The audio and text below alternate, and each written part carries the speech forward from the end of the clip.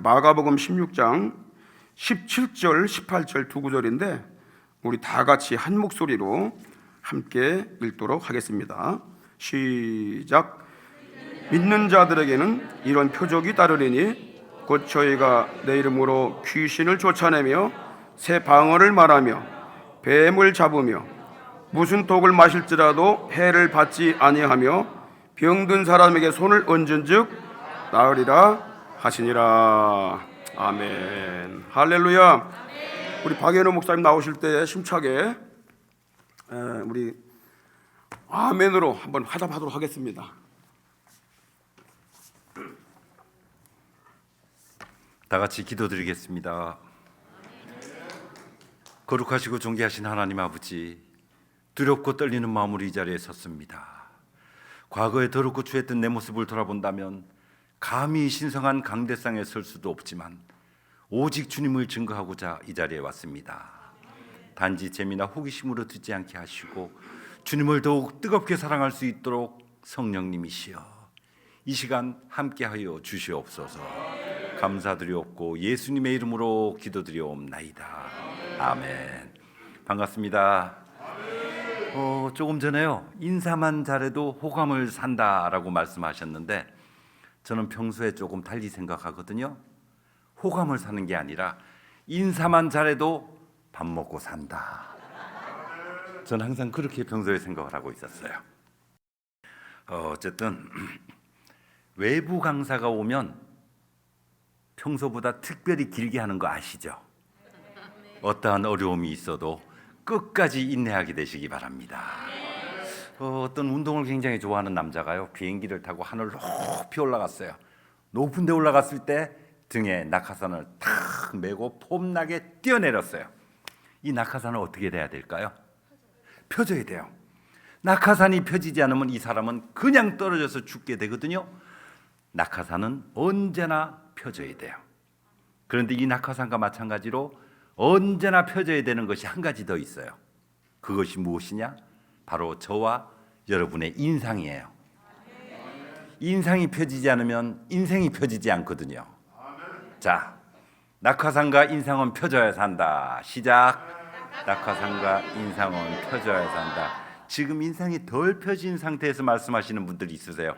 이번에 활짝 웃으시면서 옆 사람 보시면서 말씀하시겠습니다. 시작. 낙하산과 인상은 펴져야 산다. 그래요. 앞으로 여러분들의 인상이 항상 활짝 펴지시기를 소원합니다.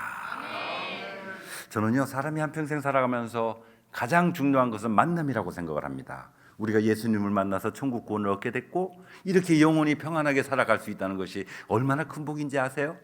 게다가 좋은 교회를 만나고 또 좋은 목사님 만나고 또 좋은 교우들 만나서 이렇게 함께 신앙생활을 할 수 있다는 것이 얼마나 큰 복인지 몰라요. 그런데 저는 한때 만남이 잘못되었었어요. 예수님을 먼저 만났어야 되는 건데 저는 불행하게도 귀신을 먼저 만났어요. 그래서 그 귀신들한테 참으로 오랜 세월 동안 처절하게 끌려다니면서 고통 속에서 살다가 주님의 은혜로 그 귀신들 전부 다 떼어내고 오늘 이 자리까지 오게 됐는데, 그렇다면 보통 사람인 제가 어떻게 하다가 귀신을 만나게 됐을까요? 오늘은 제가 귀신을 어떻게 만나게 됐고 또 그 귀신들은 도대체 어떠한 존재이며 제가 어떻게 귀신 세계를 벗어날 수 있었던가 하는 것을 잔잔하게 한번 말씀드려보고자 합니다. 너무나 사랑했던 제 어머니가 어느 날 갑자기 피를 토하며 쓰러지셨어요. 위암 말기. 수술하겠다고 서울대학병원에 입원을 하고 배를 열고 보니까 암세포가 뱃속 전부 다 퍼져서 도저히 수술할 수 없는 이런 지경까지 이르는 거예요. 그래서 수술을 포기하고 열었던 배를 다시 덮을 수밖에 없었고 어머니는 퇴원을 하셨어요. 잘 사셔야 한 달이나 한 달 반밖에 못 사시니까 그저 살아계시는 동안만이라도 마음을 편하게 해드리려고 현대의학은 그렇게 제 어머니를 버렸어요. 하지만 우리 가족들 입장에서는 그냥 포기할 수 없잖아요. 종교적인 방법을 시도해보는 거예요. 그때 당시 어머니가 절에 다니셨기 때문에 우리나라에서 유명하다는 스님들 모셔다가 집에서 촛불 밝히고 향을 켜고 목탁 두들기면서 수없이 많은 날들을 불경호해 봤지만 아무 소용이 없는 거예요. 그래서 불교적인 방법 그만두고 이제는 기독교적인 방법. 자본건 선수 안수기도에서 무릎을 낫게 했다는 이천석 목사님도 모셔봤고 그 밖에 유명하다는 목사님 모셔서 기도받았지만 아무 효과가 없어요. 급기야는 그때 당시 대통령 만나는 것만큼이나 어렵다는 조용기 목사님까지 집으로 모셔다가 안수기도 받았는데 그분 역시 어머니를 낫게 하지 못하더라고요. 우리들은 욕을 하기 시작했어요. 전부 다 사기꾼이고 나쁜 놈들이다. 애초에 걸리지도 않은 불치병 암에 걸렸다고 헛소문을 낸 이후에 목사가 와서 손을 얹고 기도하는 척을 하면 다 나았다고 벌떡벌떡 뛰고 이래서 목사가 잘 먹고 잘 살고 교회가 부자가 되기 위한 사기극일 뿐이다. 이렇게 우리 모두는 욕을 했었어요. 물론 그때 당시 몰랐지만 많은 세월이 지난 이후에 알게 됐지요. 하나님이요, 뭐가 답답하다고 믿지도 않은 제 어머니 낫게 해주셨겠어요. 우리 어머니는 고작 하시는 말씀, 목사님 와서 안수기도를 해줘도 하시는 말씀, 낫게 해주면 감사하지만 나는 절이 더 편하고 좋아 이러는데 하나님이 낫게 해주시겠어요? 이제는 기독교적인 방법도 포기했어요. 도사를 찾기 시작하죠. 지리산 도사, 태백산 도사, 계룡산 도사. 도사들 불러다가 그들이 시키는 대로 비법을 다 따라해봤지만 그들도 어머니를 낫게 하지 못했죠. 이제 모든 걸 포기하고 그냥 투병 생활하는 거예요. 어차피 돌아가실 분이라면 병원 말대로 한 달이나 한 달 반 만에 돌아가셨으면 얼마나 좋았겠어요. 모질게도 1년 반이나 투병 생활하셨고 살과 뼈가 맞닿을 정도로 바싹 말라서 어머니 돌아가실 때는 고작 37kg의 몸으로 어머니는 그렇게 가셨어요. 저는 그때 당시 현역 군인이어서 어머니 병간 한번 제대로 해드릴 수도 없었고 또 마지막 떠나시는 임종도 뵙지를 못해서 형제들과 친척들은 어머니를 산속에 묻고 왔는지 모르지만 저는 제 가슴속에 묻고 돌아왔어요. 장례식을 마치고 부대로 돌아갔는데 도저히 정상적인 생활이 안 돼요. 어머니가 너무나 보고 싶어서, 어머니가 너무나 그리워서 견딜 수가 없는 거예요. 저녁마다 홀짝홀짝 마시는 소주가 하루에 서너 병씩, 그렇게 술을 매일 먹었더니 어느 날 저도 피를 토하게 돼요. 군대 의무대에 입원을 해서 여러 날 치료받다가 문득 천장을 딱 쳐다봤더니 세상 살아가는 게 아무런 의미가 없어요. 그렇게 사랑하던 내 어머니 먼저 저 세상 보내고 무슨 미련이 있다고 살아남겠는가. 빨리 죽어서 어머니를 만나고 싶었어요. 죽기로 결심을 하죠. 근데 죽는 것도요, 맨정신에는 겁이 나서 죽을 수가 없더라고요.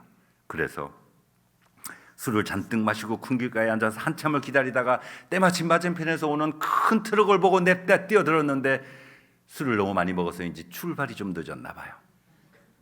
트럭은 급브레이크 밟고 서게 됐고 저는 그날 차에 치지도 못하고 트럭 아저씨한테 죽는 것보다 더 많이 맞았어요.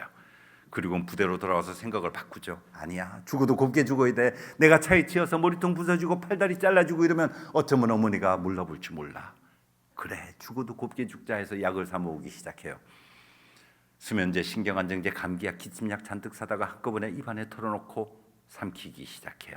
목구멍으로 약은 막 넘어가는데 갑자기 막내 여동생이 떠올랐죠. 어머니 돌아가실 때 고작 15살이었던 우리 막내 동생. 만약에 나까지 죽는다면 얘가 얼마나 더 슬퍼할까 생각을 하니 도저히 죽을 수가 없는 거예요. 그래, 죽는 거는 아무 때나 죽을 수 있지. 우리 동생 20살 될 때까지만 죽는 거 참자. 그리고 남아있던 약은 다 뱉어내고 자살을 포기해요. 다음 날부터 불경을 외기 시작했어요. 어머니 돌아가셨을 때 절에서 49제라는 걸 했었는데 그때 어떤 스님이 가르쳐준 불경. 오마무가 바이로 차남마 한부드라마니 파드마체바라 프로바야 타야홍. 이게 전부인데요. 광명진언이라는 거예요. 이 불경을 하루 저녁에 10,000번을 외우면 사람이 살았을 때 지은 모든 죄가 없어지고 하늘에 올라간다는 거예요. 근데 중요한 거는 숫자가 딱 맞아야 된대요. 11,000번을 외워도 무효, 9,999번을 외워도 무효래요. 하루 종일 힘들게 군사훈련을 받고 열심히 불경을 외다가 수천 번이 지나면 저도 숫자가 헷갈려요. 그러면 처음부터 다시, 또 열심히 불경을 외다가 숫자가 헷갈리면 또 처음부터 다시, 이렇게 하길 수없이 많이 불경을 외워봤지만 한 번도 정확하게 10,000번을 채운 기억은 없고, 10,000번을 채웠다 한들 사람의 죄가 없어지고 하늘에 가겠어요? 제가 너무나 슬퍼하니까 그저 불경을 외는 동안만이라도 슬픔을 잊으라고 그냥 하라고 그랬던 것 같더라고요. 어쨌든 불경 외는 것도 그만두고 그냥 군생활을 쭉 하다가 세월은 지나서 드디어 제대를 하고 고롱에 들어가게 됐어요. 고롱에 들어갔더니 4주간 연수훈련을 받는 게 있었는데 여러 날 동안 연수를 받다가 어느 날 피곤해서 몸을 벽에 기대고 잠깐 쉬고 있었는데 분명히 제 어머니는 돌아가셨잖아요. 근데 앞에서 어머니가 걸어 들어오시는 게 보이는 거예요. 깜짝 놀라서 몸을 일으키면서 엄마. 그런데 어머니가 막 우세요. 우시면서 하시는 말씀, 먹고 싶은 거 참아가며 입고 싶은 거 아껴가며 자식 새끼 길러본들 무슨 소용이 있단 말이더냐. 내가 죽은 지 얼마나 됐다고 네가 벌써 내 생일을 잊어버려. 하면서 어머니가 막 우세요. 엄마 그게 무슨 말이에요? 그리고 어머니 쪽으로 확 뛰어갔는데 없어져 버렸어요.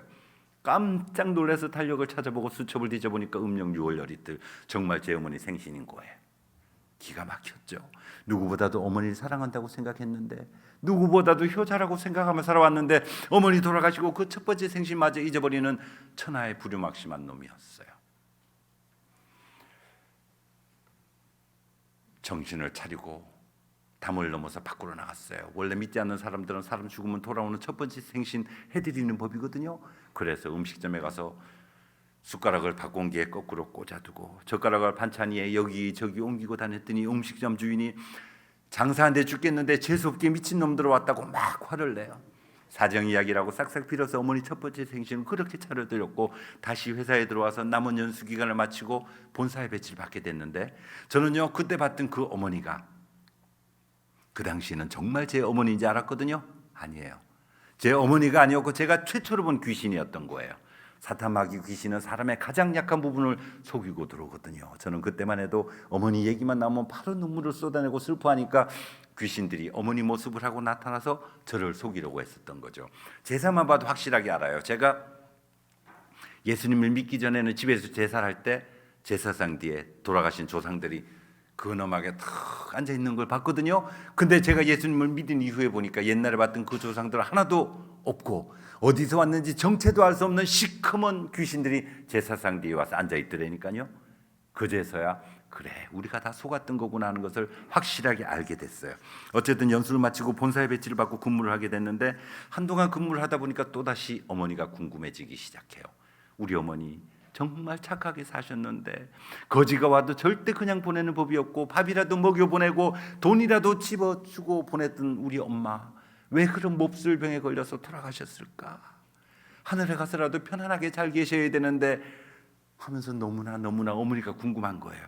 근데 그때 당시엔 제가 예수님 믿기 전이니까 그래 점이나 한번 보러 가자 이렇게 된 거예요.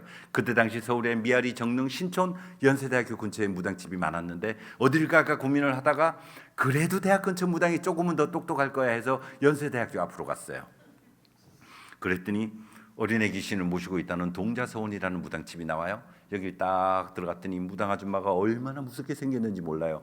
막 굵은 파마에서 막 머리가 구불구불구불하고 목에 염주를 몇 개씩 감고 있고 팔에 단줄 끼고 주먹만한 귀걸이를 하고 있는데 귀걸이가 얼마나 크든지 꼭 지하철 손잡이만 해요.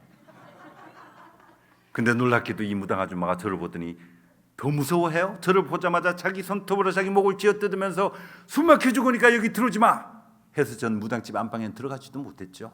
문지방을 사이에 두고 마루에 앉았고 무당 아줌마 안방에 앉아 점을 보게 됐는데 그 아줌마는 첫 말, 다 알면서 뭘 물어보러 왔어? 죽은 네 엄마한테나 물어봐라. 아줌마 그게 무슨 말이에요? 네 엄마가 원이 많고 한이 많아서 하늘 날아가지 못하고 9천을 떠돌아다니다가 네 몸에 와서 붙어 계시다 이놈아. 저는 그냥 조용히 일어났어요. 에이씨 재수없게 무당집 잘못 골라 들어왔네. 꼭 아프리카 토인 같은 게 퇴퇴퇴 침 3번 뱉고 나왔어요. 그리고 미아리도 가보고 정릉도 갔는데 똑같은 말을 해요. 제가 귀신 들렸다 그래요. 아니야 이게 무슨 소리야. 내가 왜 귀신이 들려? 나 인정 못해. 그리고 그냥 돌아서서 나왔지만 몇 날 며칠이 지나도 그 말이 제 머리를 떠나지 않아요. 내가 귀신 들렸다고? 돌아가신 엄마가 와서 내 몸에 있다고?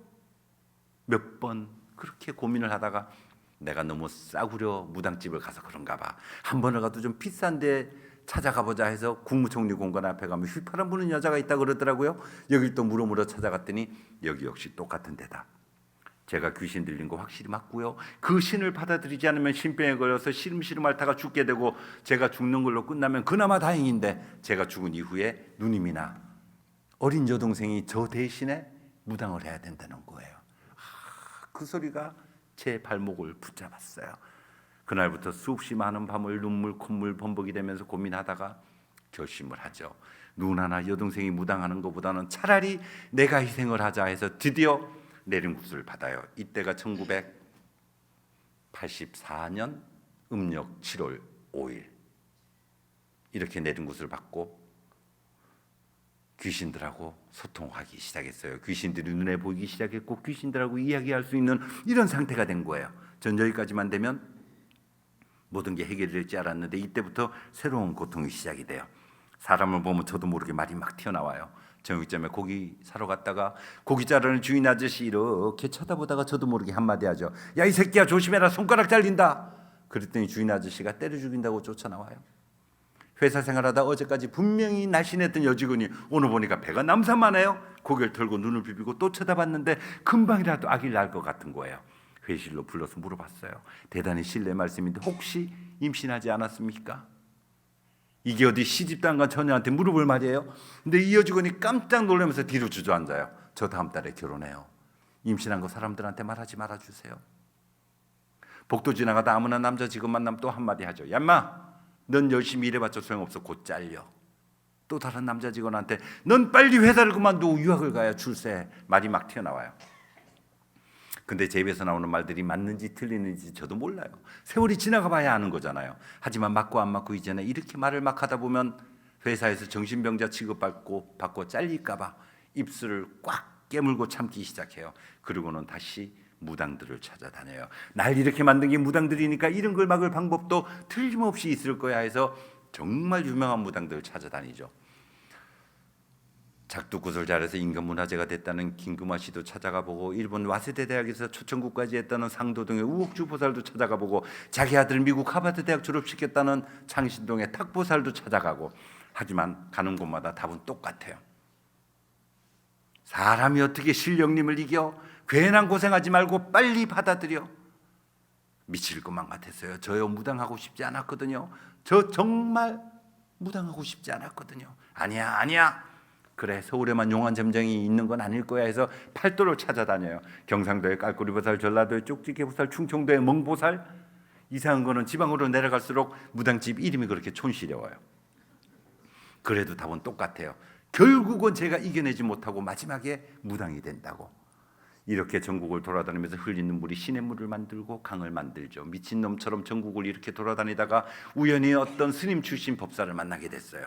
그래도 스님 출신이다 보니까 일반 무당들보다는 훨씬 유식하고 점잖더라고요. 이분 하시는 말씀 세 가지만 잘하면 몸에 귀신은 붙어있다 하더라도 최소한 직업 무당은 하지 않을 수가 있대요. 귀가 번쩍 뜨여서 무조건 따라하기로 했어요. 첫 번째, 1년에 한두 번씩 귀신들을 대우해주고 달래주는 친척구슬하고, 두 번째, 명산대천 다니면서 기도를 하고, 세 번째, 밤마다 귀신들한테 기도를 하면 된대요. 근데 이거 역시 만만치 않아요. 그때 당시 제가 코롱에서 대기업 한 달 봉급이 27만 원일 때 신굿 한 번 하는 거는 200만 원이에요. 하지만 무당을 하고 싶지 않으니까 수단과 방법을 가리지 않고 악착같이 돈을 모아서 어쨌든 10년이 넘도록 한 해도 걸르지 않고 굿은 꼭 했어요. 두 번째, 명산대천요. 혼자 멀리 있는 산에 다니기 힘이 드니까 회사 산악부에 가입을 해요. 직장 동료들은 산에 가서 신나게 술 마시고 노래 부르고 놀 때 저는 배낭 속에다가 옥수그릇, 양초, 향, 과일 몇 가지 챙겨서 밤이 깊어지면 산으로 올라가요. 산짐승 무서운 것도 몰랐고 강도나 도둑놈 무서운 줄도 모르고 그저 무당이 안 돼야 된다는 그 한 가지 생각만 가지고 산에 올라가서 사랑 대신 하고 열심히 빌다가 날이 밝아오면 산 밑으로 내려와서 동료들과 함께 서울로 돌아오고, 이렇게 하다 보니 태백산, 월출산, 월악산, 지리산, 계룡산으로 명산, 대산, 악산, 소산, 크고 작은 모든 산들 다 돌아다니게 됐고요. 멀리 있는 산에 가지 못할 때는 서울에 있는 남산, 삼각산에 가서 촛불 밝히고 기도하다가 집에 돌아가면 밤 11시.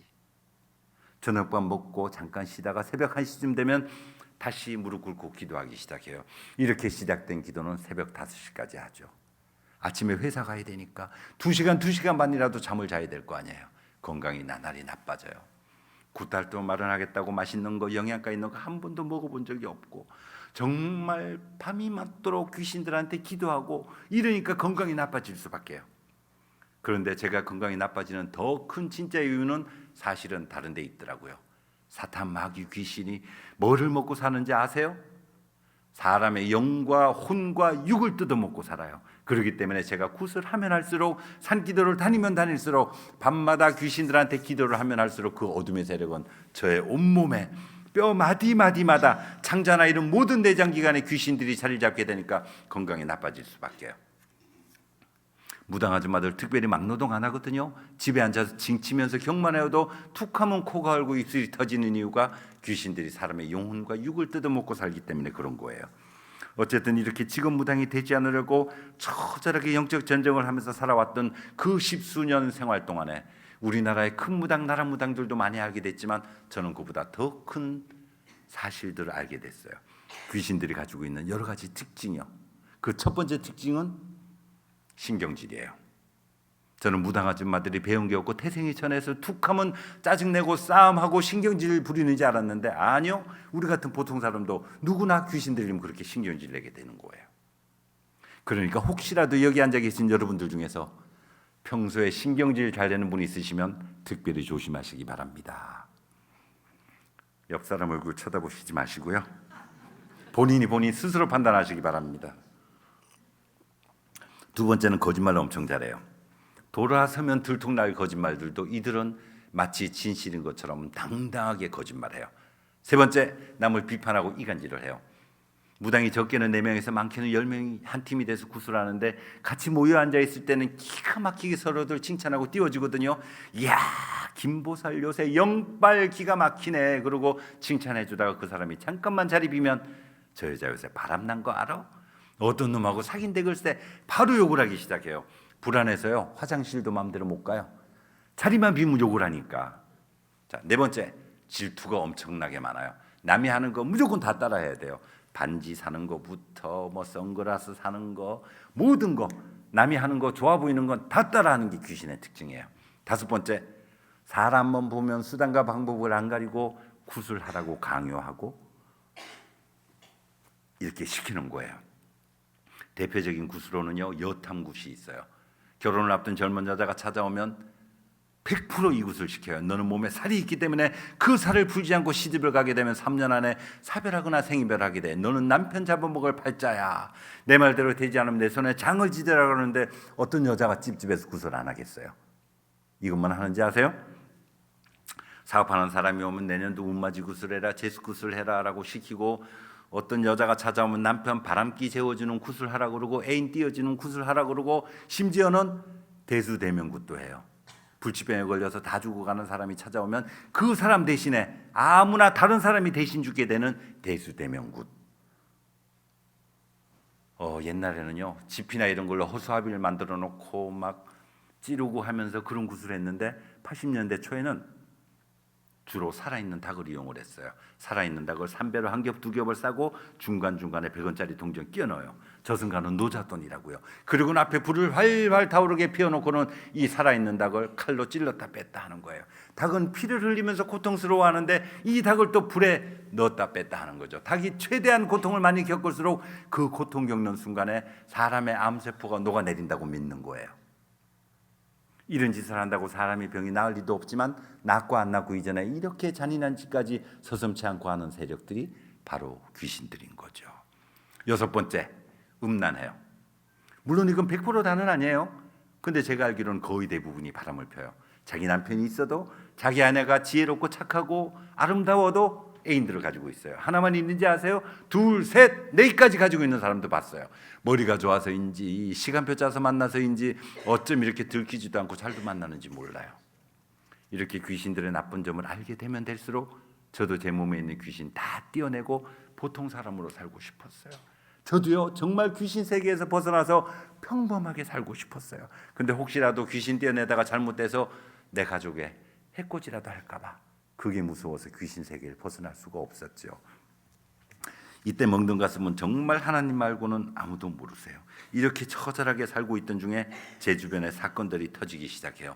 예수 믿는 집안에 시집가서 잘 살던 우리 누나 집에 갑자기 부도가 났어요. 1990년에 그때 당시 110억이 부도가 나서 자영은 미국으로 도망가 버렸고 누나는 아이 셋 데리고 야반도주에서 우리 집으로 왔네요. 귀신들이 난리가 나요. 누나 내보내라고. 왜 재수없게 예수 믿는 여자를 집안에 들여 당장 내보내. 근데 오갈 데 없는 누나를 어떻게 나가라 그래요. 어쩔 수 없이 한 집에 살았어요. 누나는 철학기도를 다니기 시작하죠. 근데 교회까지 타고 갈 버스비조차 없는 완전 알거지가 돼가지고 어쩔 수 없이 제 차로 제가 태워서 교회를 가기 시작했어요. 믿지도 않는 예수님 때문에 누나를 태우고 교회 가서 기다리는 게 얼마나 왕짜증인지 아세요? 게다가 더 화가 나는 거는 누나는 언제나 울면서 돌아와요. 눈이 팅팅 부어서 와요. 은혜 받아서도 울었겠지만 신세 타령 팔자 타령하면서 얼마나 많이 울었겠어요. 그게 보기 싫어서 저는 항상 앞만 보고 운전을 하고는 왔었는데 매일 그렇게 울고 오던 그 누나가 어느 날 하루는 빵긋빵긋 웃으면서 와요. 누나 웬일이야 했더니 야, 나 오늘 진짜 은혜 많이 받았다. 하나님은 전지전능하신 분이기 때문에 나의 힘들고 어려운 모든 사정 알고 계시고 극복하게 해주실 거야. 하나님은 전지전능하신 분이야. 어이쿠 좋기도 하겠다. 망한 주제. 말은 이렇게 툭 내뱉었지만 누나가 한 그 말이 잊어버려지지가 않아요. 모든 것을 알고 모든 것을 할 수 있는 분이라고, 그런 분이 바로 하나님, 전지전능하신 하나님, 전지전능 몇 번을 그렇게 외우고 돌아왔어요. 근데 이제 저도 스트레스 받고 짜증이 나니까 괜히 밤잠 못 자고 누나 따라다니는 게 힘들잖아요. 그래서 넋두리라도 하려고 제가 알던 그 스님 출신 법사를 찾아갔더니 병원에 입원을 했다 그래요. 깜짝 놀라서 한 걸음에 달려가 봤는데 다 죽게 생겼어요. 췌장암 말기. 머리끝부터 발끝까지 온몸이 새카맣게 변했어요. 황달도 지나서 흑달까지 온 거예요. 거의 이 상태면 얼마 못 사시거든요. 그렇게 곧 돌아가실 분한테 제 넋두리를 할 수가 없잖아요. 오히려 제가 그분의 이야기를 듣게 됐어요.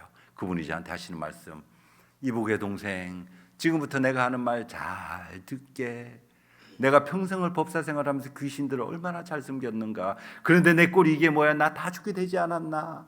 한번 나와보겠다고 병원 치료도 하면서 굿도 수없이 많이 했지만 뭐 소용이 없더라. 근데도 무당들은 내 돈 빼먹으려고 자꾸만 굿만 하라고 하네. 그런데 병원에 있는 예수 믿는 사람들은 달랐어. 한 번도 나한테 돈 달라 소리도 하지 않으면서 와서 팔다리도 주물러주고 침대 시트도 갈아주고 날 위해 기도해주고 심지어는 나를 목욕시켜준 적도 있네. 그래서 말인데 나 이제부터라도 예수 믿기로 했네. 동생도 아무 소리 말고 예수 믿게.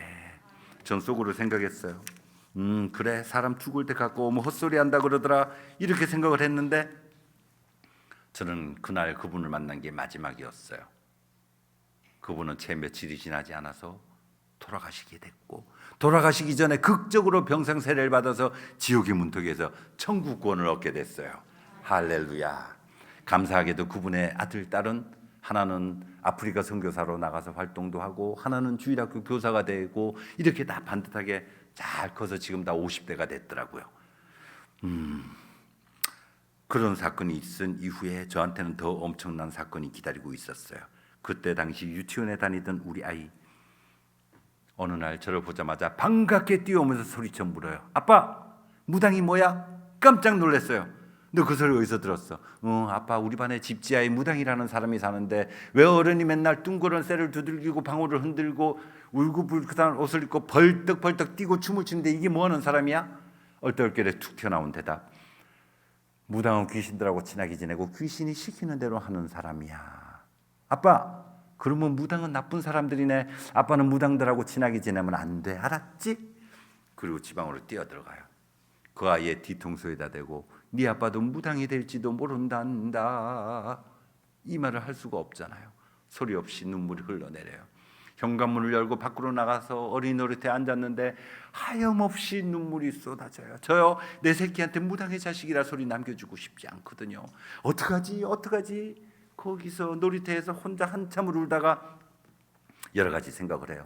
그래, 죽든지 살든지 간에 내 몸에 있는 귀신 한번 떼어내보자. 내 몸에 있는 귀신을 떼어내려면 귀신이 제일 싫어하는 예수를 믿어야 돼. 이 생각이 난 거예요.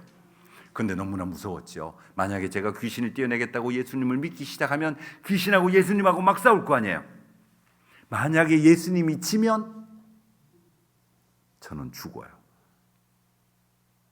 근데 예수님은 절대 지시는 분이 아니죠? 왜요? 예수님은 왕이시니까요. 근데 저는 그때까지만 해도 교회를 다녀본 적이 없었기 때문에 예수님이 왕인 걸 몰랐잖아요. 저는 그때는요, 정말 예수님은 그냥 서양 귀신인지 알았어요. 근데 다시 한번 곰곰이 생각을 해보니 만약에 제가 잘못해서 죽더라도 차라리 그게 낫다 싶어요. 제가 죽고 없어지면 남들이 볼 때는 아빠가 젊었을 때 병들어 죽었나 보다 이 소리는 남겨줄 망정 내 아이에게 무당의 자식이란 소리 남겨주지 않을 수 있잖아요. 그래, 나 예수님 한번 믿어볼까 하는데 문득 떠오르는 생각, 전지전능하신 하나님, 모든 것을 알고 모든 것을 할 수 있는 분이라면 어쩌면 나를 귀신들로부터 지켜줄 수 있을지도 몰라. 그래, 나 예수님 한번 믿어볼 거야 해서 드디어 교회에 첫 발을 디뎌요. 이때가 1992년 5월 6일 눈을 따라 철학기도를 가요. 제가 교회를 간다니까 전국의 수많은 무당들이 저를 저주하기 시작했어요.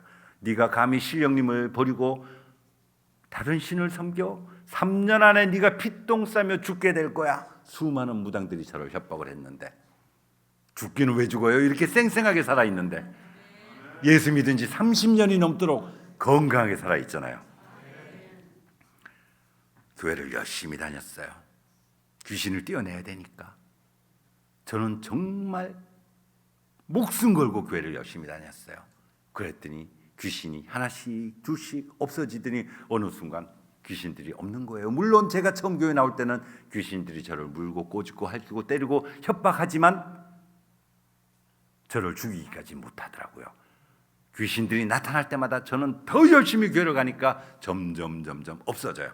근데 이렇게 제가 신앙생활 열심히 하는 게 죽는 그날까지 됐으면 얼마나 좋았겠어요. 제가 초창기에는요, 예수 믿는 게 얼마나 좋았던지 주일 예배 1부를 가면 섭섭해서 그냥 집에 못 와요. 2부 예배 또 드려요. 3부 예배 커피 마시면서 놀다가 4부 예배 드리고 5부 예배 드리고, 그리고 저녁에 집에 가서 쉬다가 또다시 옷 갈아입고 철야 예배를 가기도 하고, 이러다 보면 하루에 예배를 5번씩도 전 드렸어요. 그리고 철야 예배 맨날 가죠. 또 새벽에 눈 뜨면 새벽 기도 가죠. 그것만 가지고도 만족이 안 돼서 성경 공부하겠다고 교회에서 하는 성경 공부 프로그램 다 따라했어요. 저는 그러면 일주일에요 교회를 14번 15번도 가요. 근데 이렇게 열심히 하는 게 평생 가지 않더라니까요. 어느 날 문득 떠오르는 생각, 내가 요즘 이건 미친 거 아니야? 장로도 아닌데 왜 새벽 기도 맨날 가는 거야? 피곤해 죽겠네. 일주일에 한 번만 가자. 이렇게 싹 바뀌어요. 그리고 주일은 초창기엔 정말 잘 지켰는데 그마저도 제가 사업을 할 때니까 빼먹기 시작해요. 거래처하고 골프 치러 가고 승마하러 가고 수상스키 타러 가고 저 경상도 전라남도 쪽으로 난초 캐러 가고 영화 보러 가고 연극 보러 가고 세상에 좋다는 거 전부 다 하면서 이제는 주일마저 빼먹기 시작해요. 이렇게 제가 망가지기 시작하는 거예요. 그러던 어느 날 양심의 가책이 좀 됐어요. 오래간만에 기도나 한번 해볼까. 그리고 사무실 제 방의 문을 딱 닫고 무릎 꿇고 앉았는데 깜짝 놀랐어요. 제 주변에 귀신들이 뺑 둘러싸고 있는 거예요.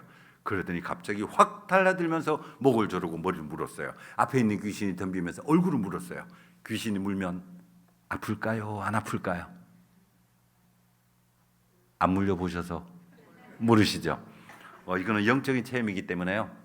사람들마다 다르실 수가 있는데 저는 귀신이 물거나 때리면 아픈 걸 느껴요.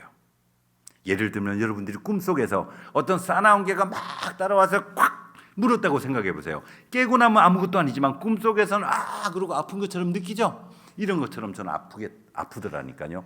순간 주먹질을 하고 발로 차면서 귀신을 떼내려고 해도 도무지 떨어지지 않아요. 아파 죽을 것만 같고 너무나 무섭고 두렵고 떨려서 저도 모르게 냅다 소리쳤어요.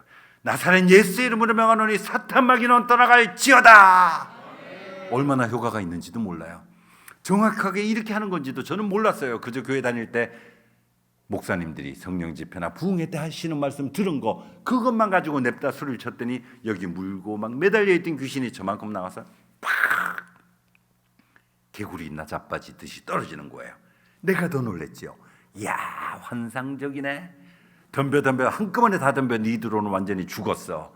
영적 전쟁을 시작해요. 예수님 이름으로 이놈 띄어내고 저놈 띄어내고 또 다른 놈 달라들면 예수님의 피로 물리치고 이렇게 하다 보니 거의 1시간 반 2시간이 갔더라고요.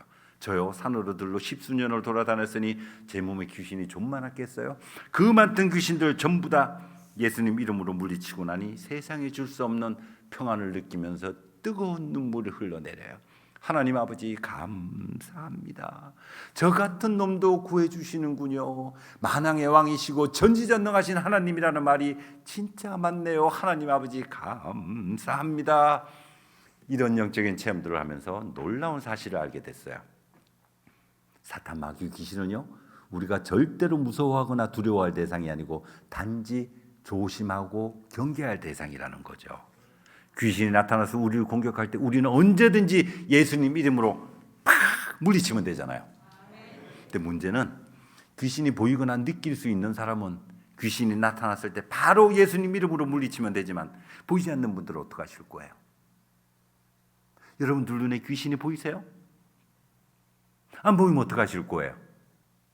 매일매일 회사 일 하시면서 길거리 걸어가면서 시장에 장 보러 가면서 나사렛 예수의 이름으로 명하노니 사탄 마귀는 떠나갈지어다, 또 세 걸음 걸어가고 나서 나사렛 예수의 이름으로 맨날 이것만 하실 수는 없잖아요.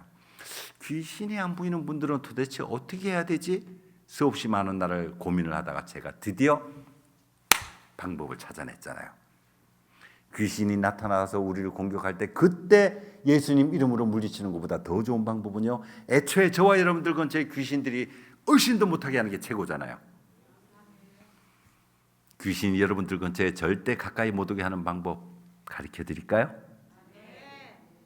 비싼 건데.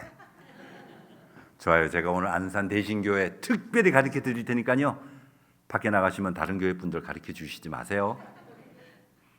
저는요, 신앙생활은 정말 간단히 설명을 하면 비행기하고 똑같다고 생각을 해요. 비행기가 몸통이 있고 양쪽 날개가 있죠. 마찬가지 우리가 예배 드리는 것이 바로 비행기 몸통이고 양쪽 날개는 말씀 있고 기도하는 거예요. 비행기 날개 아무리 폼나고 멋있게 만들어놨어도 몸통이 없으면 비행기 아니잖아요. 그와 마찬가지로 우리가 예배를 빼먹기 시작하면 신앙생활 완전히 망가지거든요. 그럼에도 불구하고 어떤 사람들은 주워 들은 건 있어가지고 하나님은 교회 안에만 한정돼서 계시는 분이 아니야. 무소부재하신 분이야. 언제 어디에나 함께 계셔. 그러면서 은밀하게 주의를 빼먹고 골프 치러 가서 한번 탁 치고는 굿샷. 하나님 아버지 동행하여 주시니 감사합니다. 이런 분들이 있어요. 봄에 꽃놀이철에, 가을에 단풍놀이철 돼 보세요. 몸살 나시는 어르신들 계세요. 내가 살면은 얼마나 살 거라고, 설악산 단풍이 좋다는데 아고 내 그 길을 가야 되는데 하면서 고민하다가 그래 결심했어. 우리 담임 목사님 인품이 좋으셔서 알아도 모른 척 해주실 거야. 은밀하게 쥐를 빼먹고 설악산으로, 내장산으로 가요. 산꼭대기까지 신나게 올라가서 딱 보니까 믿지 않는 사람들을 야호 하는데 그분만 혼자 유별나게 쫙 그래놓고는 이렇게 아름다운 자연을 창조하신 하나님을 찬양하나이다. 아니에요. 예배를 빼먹기 시작하면 신앙생활 망가지니까 절대로 빠뜨리지 않게 되시기 바랍니다. 평소에 기도하지 않고 말씀 열심히 읽으시는 분들이 있죠. 이런 분들 굉장히 유식하고 똑똑해요.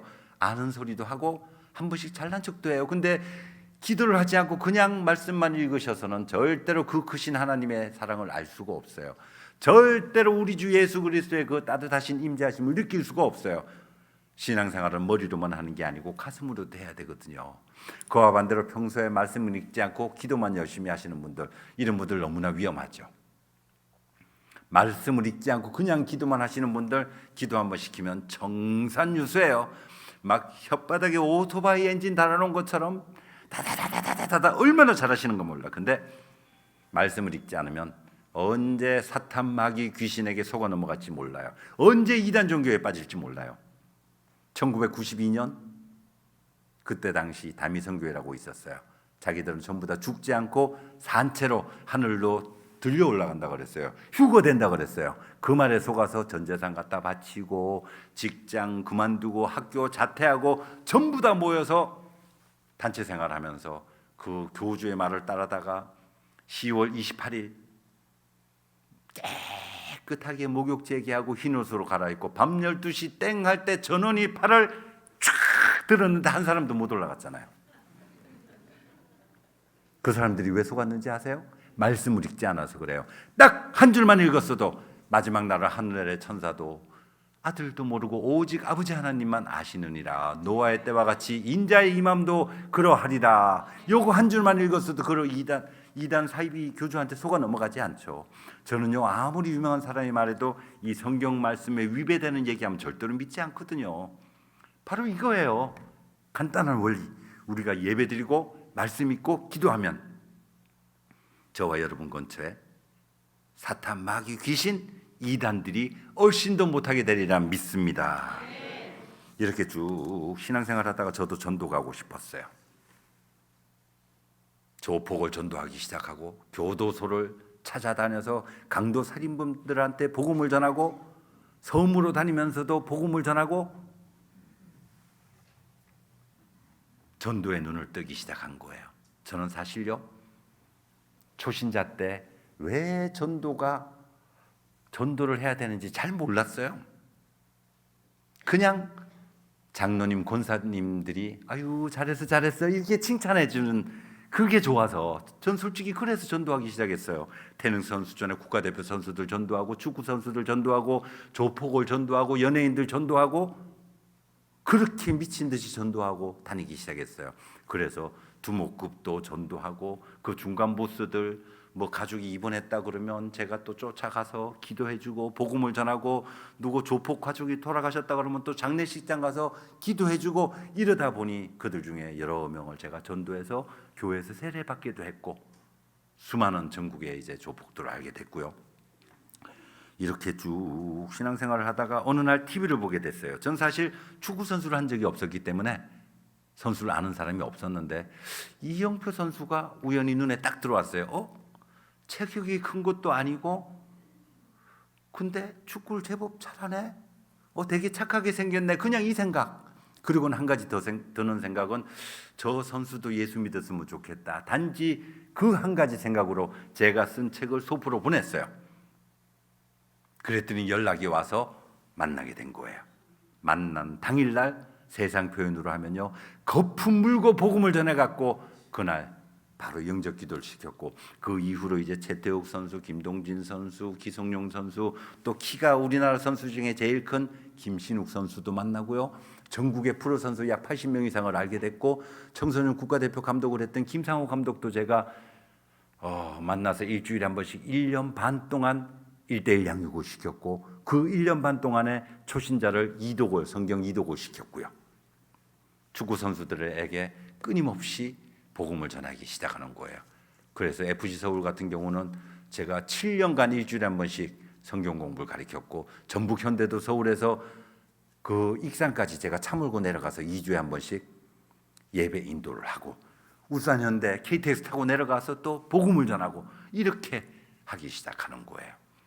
근데 저는요 언제나 주장하는 게 있어요. 축구는 단지 너희들의 직업일 뿐 인생의 목표는 아니다. 너희들의 인생의 목표는 주님의 이름을 높여드리고 아버지 하나님께 영광 돌리는 것이니 경기에 이기고 지고 관계없이 항상 감사 기도할 수 있도록 해라. 그랬더니 이 선수들이 월드컵 때 무릎을 쫙 꿇고 어깨 동무하고 기도를 하잖아요.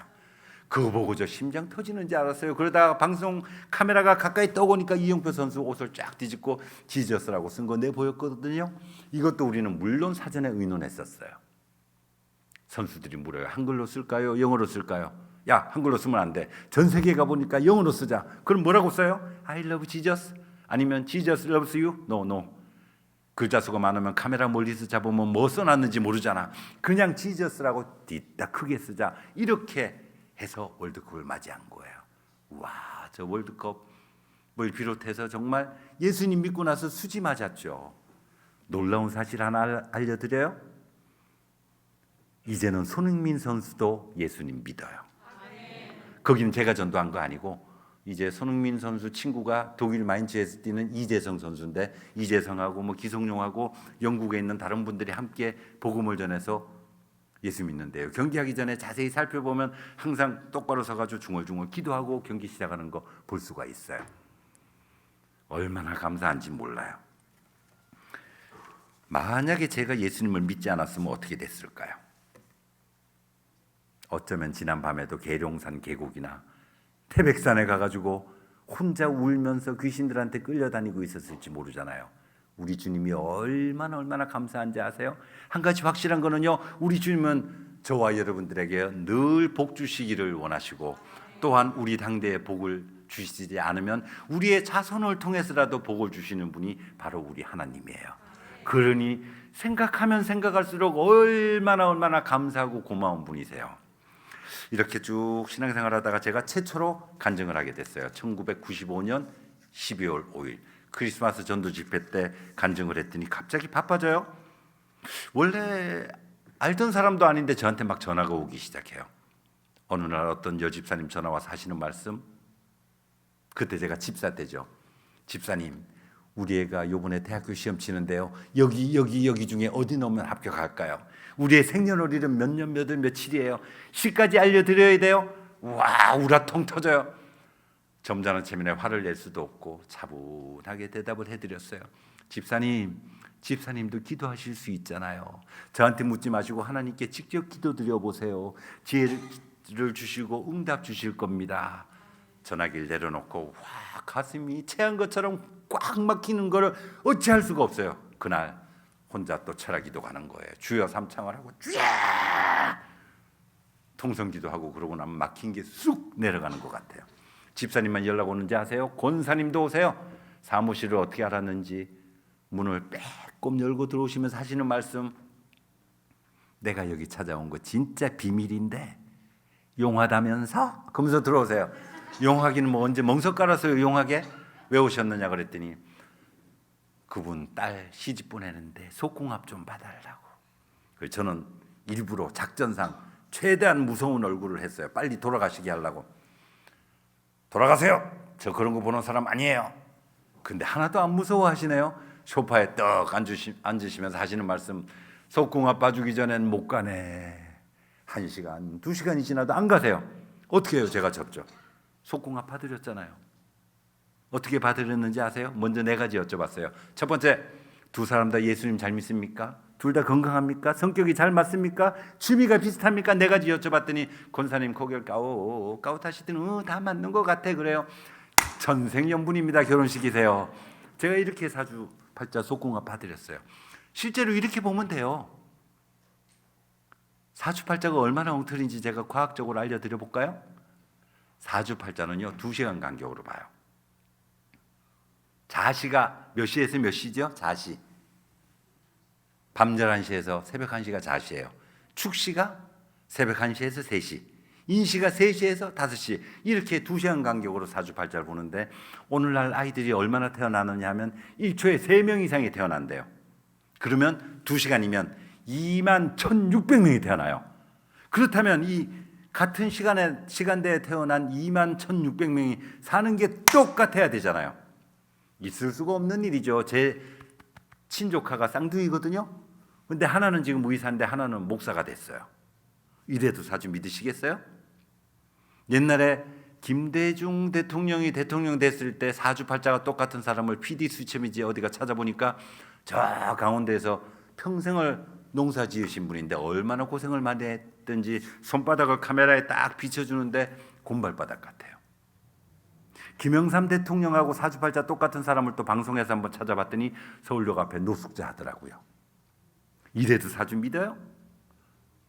자, 미국은 우리나라보다 시간이 늦거나 어떻게 하다 보면 날짜도 하루 헷가닥 틀리잖아요. 우리나라 근데 한때 원정 출산이 유행한 적이 있어요. 만삭의 몸으로 비행기 타고 미국 가서 아기 낳는 거예요. 그러면 미국 국적을 얻게 되고 뭐 군대를 안 보낼 수 있다나 어쨌든 해가지고 막 만삭의 몸으로 비행기 타고 가던 일들 한때 유행했어요. 자, 비행기 타고 날아가요. 붕. 요게 날짜 변경선. 날짜 변경선 되기 전에 비행기 안에서 아기 나면 한국 날짜로 사주 보면 되죠. 날짜 변경선 지나서 아기 나면 미국 날짜로 사주 보면 되는데 만약에 이 비행기가 날짜 변경선 위를 지나갈 때 산모가 아기 낳는 중이면요. 한국 날짜로 사주 볼까요? 미국 날짜로 사주 볼까요? 볼 수가 없잖아요. 그럼 88 올림픽 말씀 들어봐요. 그때 우리나라 썸머 타임이라는 걸 해서 1시간 앞으로 땡긴 적이 있어요, 여름에. 근데 지금 우리나라 썸머 타임 안 하죠. 그렇다면 88년도에 태어난 아이들은 그때 시간으로 사주 볼까요? 지금 시간으로 사주 볼까요? 도무지 근거도 없고 엉터리잖아요. 그럼에도 불구하고 어떤 분들은 사주팔자 보는 건 학문이고 통계니까 우상숭배 아니야. 그리고 평소에는 믿음이 좋은 것 같다가도 꼭 자제분들 결혼식일 때는 철학관 가시는 분들이 있어요. 이런 분들에게 저는 성경 구절 하나 알려드리고 싶어요. 누가 철학과 헛된 속임수로 너희를 노력할까 주의하라. 골로새서 2장 8절. 재미로라도 절대로 이런 데 가지 않게 되시기 바랍니다. 제가 교회 나오면서 참 충격받은 사건들이 몇 가지가 있는데요. 그 첫 번째가요. 교회 안에 무당들이 있는 거 아세요? 더 웃기는 거는 제가 볼 땐 분명히 무당인데 그들은 자기 자신을 표현할 때 예언의 은사를 받았다고 그래요. 예언이라는 거는 성경에 기록된 바, 첫 번째 교회의 덕이 돼야 되고 두 번째 하나님의 말씀을 대언하는 거예요. 그렇기 때문에 참된 예언은 바로 이 하나님의 말씀, 성경 말씀이 예언이고요. 또 한 가지는 목사님이나 여러분들이 예수 그리스도를 증거하고 복음을 전하는 것, 이것이 예언이고, 또 한 가지는 여러분들 중에서 신앙생활 잘하다가 시험 들고 상처받아서 신앙생활 열심히 하지 않으면 다시 잘할 수 있도록 위로하고 권면하고 토닥거려주는 것, 이것이 바로 참된 예언인 것으로 믿으시기 바랍니다. 누가 감히 사람의 앞날을 얘기하라고 그랬어요? 이거 아니에요. 어떤 분들 그래요. 뭐 집을 팔고 이사 가려고 그러는데 기도하는 권사님한테 한번 가서 기도 받아보자 그랬더니 딱 하는 말, 지금 집 팔면 안 돼. 내가 기도해 보니까 집값 오른다네. 이게 무슨 기도예요? 점이죠. 제가 우리나라 오지에 집회 한번 하러 갔더니 그 교회 목사님이, 솔직히 말씀드려야 되잖아요. 목사님이 저를 은밀하게 부르시더니 그래요. 요새 교회가 부흥이 잘 안 되는데 혹시 터가 나빠서 그런 거 아닌지 기도 한 번만 해보세요. 이게 무슨 기도예요? 점이죠. 절대 이런 데 미혹되지 않게 되시기 바랍니다. 이런 한다는 사람들이 막 영적 전쟁 이야기를 함부로 하면서 특이한 기도 생활을 하는 것도 제가 본 적이 있어요. 어떤 권사님 되게 난리가 났다 그래서 제가 쫓아가 봤더니 무릎을 꿇고 앉아 있는데 앞에 식칼 2개가 있어요. 막 열심히 기도하다가 갑자기 식칼을 2개를 쫙 들더니 이야! 그러면서 막 흔들어요. 사탄아 물러가라, 귀신아 물러가라 하면서 칼을 막 휘둘러요. 나중에 기도 끝나고 물어봤더니 왜 그랬냐 그러니까 귀신들 나타나서 칼로 다 제거하려고 그랬대요. 그분 제가 잘 타일르고 남편하고 상담하고 이래가지고 정신병원에 입원시켰잖아요. 40일. 그 이후에 그런 증세가 없어졌어요. 그러니까 이게 기도 중에 뭐가 보이고 들리는 거 우리가 무조건 믿으면 안 돼요. 분명히 우리가 기도 중에 환상을 보고 음성을 들을 수 있지만 꼭 지켜야 되는 거, 기쁘고 좋은 일을 아버지 하나님께 영광 돌리면 되고요. 나쁜 일은 은밀하게 골방에서 기도하게 되시기 바랍니다. 기도 중에 보고 들은 것은 항상 성경 말씀과 비교해서 맞는지 아닌지를 우리가 판단을 먼저 해야 돼요. 그러기 위해서는 우리가 말씀을 알아야 되니까 날마다 성경을 읽어야 되는 거고요. 더 재미난 거는요, 집에 한 번씩 들어오는 광고 전단지가 있어요. 오라 보라 느끼라 단 한 번의 기도로 귀신을 쫓아내고 백혈병이 낫고 암세포가 녹아내리는 기적의 동산, 은혜의 동산. 아마 이런 거 보신 적 있으실걸요? 무슨 축사 집회, 무슨 뭐 치유 집회, 이런 특별 무슨 집회가 해서 광고 전단지 막 와요. 이거 정말 조심하셔야 돼요. 아무 데나 함부로 가시면 안 돼요. 여러분들이 기도원에 가시고 싶으시면 꼭 목사님께 여쭤봐서 영적으로 건강한 곳인지 확인을 해야 되고요. 이단인지 아닌지 확인을 하고 나서 기도원을 가야 되고요. 기도원 가셔서도 그곳에서 만난 이런저런 사람의 이야기에 귀 기울이면 안 돼요. 그저 예배드리고 혼자 말씀 읽고 혼자 기도하고 와야 돼요. 그런데 가면 툭 하면 나오는 말, 40일 기도하고 내려가면 하늘이 열리고 응답받으리라. 오늘날 같이 바쁠 때 40일 기도하고 내려오면 아마 직장에서 잘려있고 장사가 다 망했을걸요? 신앙생활하면서 일어날 수 있는 크고 작은 여러 가지 문제점들 전부 다 여러분들이 다니시는 이 교회 안에서 해결받으시기 바랍니다. 왜 제가 축사, 집회, 귀신을 쫓아내고 암을 치유한다는데 함부로 가지 말라느냐 하면요, 이런 데 가면 물론 다 100% 그렇지는 않지만 거의 대부분이 돈을 요구해요. 귀신을 쫓아내주는데 얼마, 암 치유 기도를 10회 하는데 얼마, 이게 무슨 마사지 샵이에요? 몇 회 하는데 얼마밖에?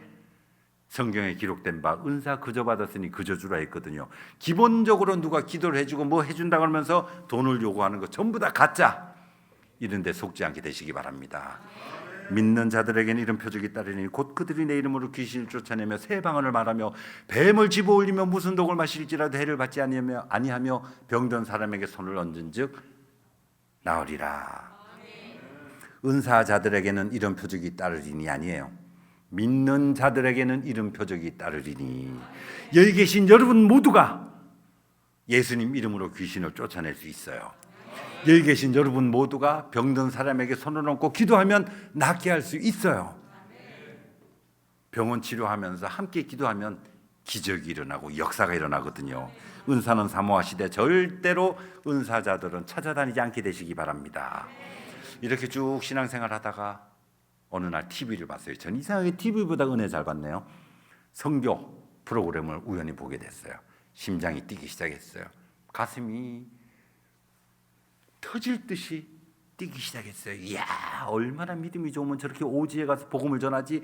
이야, 얼마나 신앙이 좋으면 저렇게 원주민들 만나서 복음을 전할 수 있을까. 막 감동이 오기 시작해요. 그 감동이 TV 프로가 끝날 때 같이 끝났으면 얼마나 좋아요. 왜 그날 밤 꿈에 남태평양의 원주민들이 보였는지 몰라요. 다음 날 아침에 눈을 뜨자마자 방송국으로 전화를 해서 확인을 했어요. 연락처를 알고 몇 번 소식을 주고받다가 어느 날 보니까 제가 벌써 비행기를 타고 있는 거예요. 무려 15시간이나 타고 제가 남태평양을 간 거예요. 바리바리 싸가지고 주변에 믿음 좋은 친구들, 야 너도 얼마나 해? 너도 얼마나 해? 나도 얼마나 했게 해가지고 원주민들한테 도움될 것 잔뜩 챙겨가지고 또 그쪽에 교회 지어줄 거라고 제가 남태평양으로 날아가고 있는 거예요. 가슴이 설렜어요. 나 이제 원주민 만난다. 신난다. 근데 공항에 딱 내려서 원주민을 보니까 그 설레임이요 싹 없어지고 온몸에 소름이 쫙 돋아요. 얼마나 큰지 아세요? 키가 다 거의 190이 넘어요. 남자 평균 체중 150kg, 여자 평균 체중 130kg.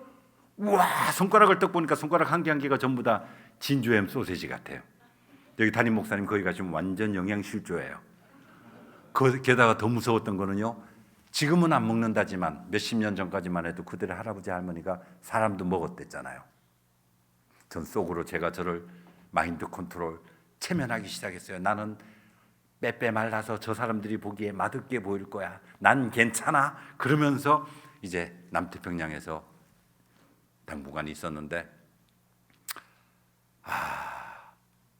함부로 밖으로 전 혼자는 절대로 안 돌아다녔죠. 여러 날 지나고 드디어 주일이 됐는데 그날따라 왜 그리 일찍 눈이 떴는지 솔직히 말씀드리면 제가 믿음이 좋아서가 아니고요. 특별히 할 게 없어서 교회 일찍 갔네요. 교회 가니까 할 게 뭐가 있어요. 원주민들하고 말도 잘 안 통하는데 그냥 무릎 꿇고 기도하기 시작했죠. 시간이 얼마 지나지 않았는데 옆에서 인기척이 느껴지고 찬송가 소리가 들리고 기도 소리가 들려요. 눈을 딱 뜨고 시계를 봤더니 예배 시작 1시간 반 거의 2시간 전인데 그 원주민들이 와서 경건하게 예배 준비하는 거예요. 찬송가를 부르고 화음을 맞춰 찬송가를 부르고 워십 댄스를 하고 이야, 그 모습을 보면서 저는 무너져 내리고 있었어요. 과연 내 모습은 어떤가? 오늘날 우리 한국교회의 모습은 어떤가? 예배 시작 5분 10분 전에 급하게 뛰어들어오고 어떤 분은 담임 목사님 설교 중에 늦게 오면 고개라도 좀 숙이고 들어오면 좋은데 당당하게 가슴 피고 들어와요. 그리고 축도가 제 끝나기가 무섭게 자기 차 빨리 빼서 집에 가려고 뛰어나가기 바쁘고 이렇게 좋은 건물에서 이렇게 좋은 시설에서 예배 드릴 수 있는데 우리는 예수를 믿는다는 이유로 한 번도 생명의 위협을 받아본 적도 없는데 왜 우리에겐 예배의 감격이 없는가? 부끄러워서 그들하고 눈을 마주치지 못하겠어요. 고개를 숙였는데 그저 눈물만 쏟아져요. 그리고 마음속으로 수십 번을 외치죠. 나 한국 돌아가면 진짜 예수님 잘 믿을 거야. 나 한국 돌아가면 진짜 예수님 잘 섬길 거야. 수없이 외치고 그날 예배를 마쳤어요. 다음날 차를 타고 어딘가 쭉 가는데 오른쪽에 큰 바위가 나타났어요. 한 3층 높이 되는 것 같아요. 여기 영어로 3줄이 적혀 있는 거예요. Jesus died for you. What have you done for him? Jesus cares. 예수님은 당신을 위해 돌아가셨습니다. 당신은 그를 위해 무엇을 했습니까? 예수님이 돌보아 주십니다. 첫 번째 줄 오케이 인정. Jesus died for me. 예수님 저를 위해서 저 때문에 십자가에 못 박혀 돌아가셨어요. 오케이 인정. 근데 저는 두 번째 줄에 딱 걸렸어요. 당신은 그를 위해 무엇을 했습니까? 돌아보니까 저는 예수님을 위해 한 게 없는 거예요. 고백한데 내 몸에 있는 귀신 떼어내고 나 잘 먹고 잘 살라고 우리 식구들 건강하게 부자 되려고 예수 믿었지 어떻게 하면 우리 주님 기쁘게 해드릴까 이런 거 몰랐었거든요. 누가 가르쳐준 적도 없었고 이렇게 비겁하고 이기적이고 못난 내 모습에도 불구하고 Jesus cares. 예수님이 돌보아 주십니다. 얼마나 예수님한테 죄송한지 아세요? 그러면서 얼마나 예수님이 감사한지요. 그런 죄송한 마음, 감사한 마음, 이 마음들이 뒤섞여 가지고 제 마음을 뭐라고 표현할 수가 없어요. 고개를 들고 하늘을 바라볼 수가 없었어요. 그냥 고개 숙이고 눈물만 하염없이 흘리다가 다시 차를 타고 쭉 가는데 이번에는 왼쪽에 아까보다 더 큰 바위가 나타났어요. 여긴 영어로 한 줄이 적혀 있었어요. Jesus will soon return. 주님이 곧 오십니다. 원주민 말로 오쿠바베 마이야 시수. 순간 저는 외쳤어요. 안 돼요. 오지 마세요, 예수님. 뭐가 급하다고 이렇게 빨리 오세요. 내가 살 만큼 살고 늙어 죽으면 그때 다시 오세요, 예수님. 절대로 오시면 안 돼요. 막 소리쳤어요. 왜요? 전 아직 아무것도 준비가 안 됐잖아요. 어느 날 갑자기 예수님 제 앞에 짠 나타나서 난 너 위해서 십자가 못 박혔는데 넌 나 위해서 뭐 했니? 이렇게 물으시면 전 아직 대답할 게 준비가 안 됐거든요. 안 돼요, 안 돼요, 오지 마세요, 예수님. 막 소리치면서 울기 시작했어요. 그 멀리 지구 반대편 남태평양에 가서 바닥에 덜컥 주저앉아서 눈물을 쏟아냈어요. 한참을 그렇게 울다가 어느 순간부터 제가 저를 합리화하기 시작해요. 아니야, 나 아직 안 늦었어. 아니야, 나 아직 안 늦었어. 지금부터라도 우리 주님 기뻐하시는 그런 일 하면 되잖아. 그러면 우리 주님이 가장 기뻐하시는 게 뭘까요? 바로 사람의 영혼이지요. 저와 여러분들의 영혼, 아직까지 주님을 영접하지 못하고 있는 잃어버린 사람들, 그리고 그 멀리 남태평양의 원주민들까지도 천하보다 귀한 한 영혼이지요. 저요, 남태평양 가서 특별히 한 건 없어요. 그럼 한 번 갈 때마다 한 15일씩 가가지고 제가 하면 뭘 하겠어요, 거기서. 하지만 한 가지는 확실히 알고 돌아왔죠. 우리 모두는 예수님 안에서 한 가족이 되어야 된다는 거. 그리고 또 한 가지, 예루살렘과 온 유대와 사마리아와 땅끝까지 이르러 내 증인이 되리라. 땅끝이 어디일까요? 남미 정글이요? 아프리카 사막이요? 남태평양이요? 아니에요. 여러분들이 살고 계신 그곳 옆집, 앞집, 뒷집에 혹시라도 주님을 믿지 않는 사람이 살고 계시다면 그곳이 바로 땅끝이죠. 때를 얻든지 못 얻든지 끊임없이 복음을 전해서 한 영혼이라도 더 구해야지요. 저는 이렇게 집회를 다니다 보면요, 교회는 너무 좋고 앉아 계신 우리 성도님들 너무 좋고 목사님도 너무 좋은데 빈자리가 듬성듬성 머리 빠진 것처럼 있으면 마음이 좋질 않아요.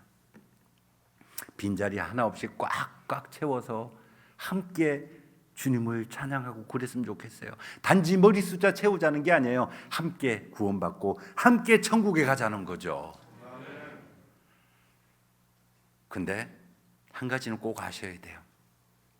우리 가슴 속에 사람의 영혼을 사랑하는 그 마음이 있어야 된다는 거예요. 아무리 좋은 선물을 가지고 나가서 하나님은 당신을 사랑하십니다, 저는 당신과 함께 천국 가기 원합니다, 암만 외쳐보세요. 여러분들 가슴 속에 영혼을 사랑하는 마음이 없으면 단 하나의 영혼도 구할 수가 없어요. 제가 교도소를 20년 이상 다니는데요, 어느 날 한 번은 강도 살인 육범이 저를 보더니 반갑게 뛰어오면서 제 앞에서 바지를 훌렁 내려요. 깜짝 놀라서 얀만 바지 왜 벗어오니까 목사님이 사주신 팬티 입고 나왔어요. 알았어 봤으니까 얼른 올려. 그러니까 바지를 이렇게 올리면서 저를 이렇게 쳐다보더니 울어요. 얀마, 너 금방 웃으면서 나왔잖아, 왜 울어? 그랬더니 하는 말, 교도소에 들어온 지 10수년이 넘도록 부모, 형제, 친구, 친척 아무도 연락도 없고 찾아오지도 않고 모두가 다 자기를 버렸는데 왜 목사님은 저한테 천국 가야 된다면서 예수 믿으라고 하시는 거예요? 왜 속옷 사주시고 내복 사주고 성경책 사주고 왜 예수 믿으라고 하시는 거예요? 그러면서 눈물을 쭉 흘리는데 제가 뭐라고 대답을 해야 될지 저도 머릿속이 하얘지고 아무 생각이 안 나더라고요. 그저 그 뺨에 흐르는 눈물을 제 손으로 닦아주면서 꼭 안아줬어요. 그리고는 한마디, 예수님이 나한테 주신 사랑을 나도 너한테 전해주고 싶어서 그래. 그리고는 안아줬어요. 주변에 수많은 사람들이 저한테 충고를 해요. 흉악범들한테 너무 정 주지 말고 사랑은 주지 말고 그냥 복음을 전하래요. 저는 그런 말을 들을 때마다 머리가 혼란이 와요. 이게 도대체 무슨 말이지? 사랑은 주지 말고 복음만 전하라고요? 사랑이 없이 어떻게 복음을 전해요? 있을 수가 없는 말이죠. 저는요, 교도소 가면 안아주고 품어주고 등 두들겨주고 듬뿍 정을 줘요. 물론 남자 재소자한테만요. 여자 재소자 막 제가 함부로 안고 그랬다간 저 바로 잡혀가거든요. 어쨌든 우리 모두는 가슴속에 사랑을, 영혼을 사랑하는 그 마음을 품어야 돼요. 그래서 평소에 우리 기도해야 돼요. 하나님 아버지, 사랑이 없이 복음을 전하는 죄를 짓지 않게 하여 주시옵소서. 사랑이 없이 복음을 전하는 죄를 짓지 않게 하여 주시옵소서. 여러분들도 주님이 그렇게도 기뻐하시는 영혼 하나라도 더 구하고 싶지 않으세요? 이 시간 이후로 복음을 전하고 싶어서, 예수님을 이야기하고 싶어서 몸살나고 몸부림치는 저와 여러분이 되시기를 소망합니다. 기도하겠습니다. 사랑이 많으신 하나님 아버지, 오늘 이 시간 함께하여 주심을 감사드립니다.